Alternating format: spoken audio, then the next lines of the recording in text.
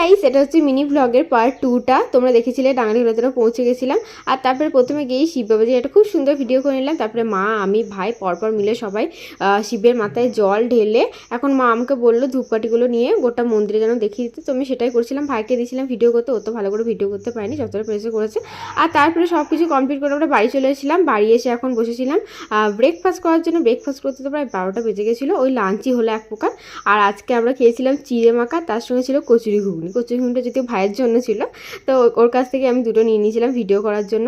আর তোমাদের কার কার এটা দেখে জিভে জল চলে এলো তাড়াতাড়ি কমেন্ট করে দাও। কিন্তু আমার কিন্তু এরকম করে চিড়ে মাখা খেতে দারুণ লাগে। আর তারপরে মা একটু সাইডে সরে রেখেছিলো ওপরে কাকিমার জন্য। আর এখন মা জয় বাবা ভৈরনাথ বলে প্রথম প্রসাদটা খেলো। তো চলো আমরা প্রসাদ খাই। আর তোমরা যদি এরকম ভিডিও আরও দেখতে চাও তাহলে কী করতে হবে, চ্যানেলটাকে ঝটপট করে সাবস্ক্রাইব করে নিতে হবে। ঝটপট করে চ্যানেলটাকে সাবস্ক্রাইব করে দাও আর ভিডিওটাকে লাইক করে দাও। আবার দেখা হবে অন্য একটা ভিডিওতে। আবার টাটা, খুব ভালো থেকো সবাই।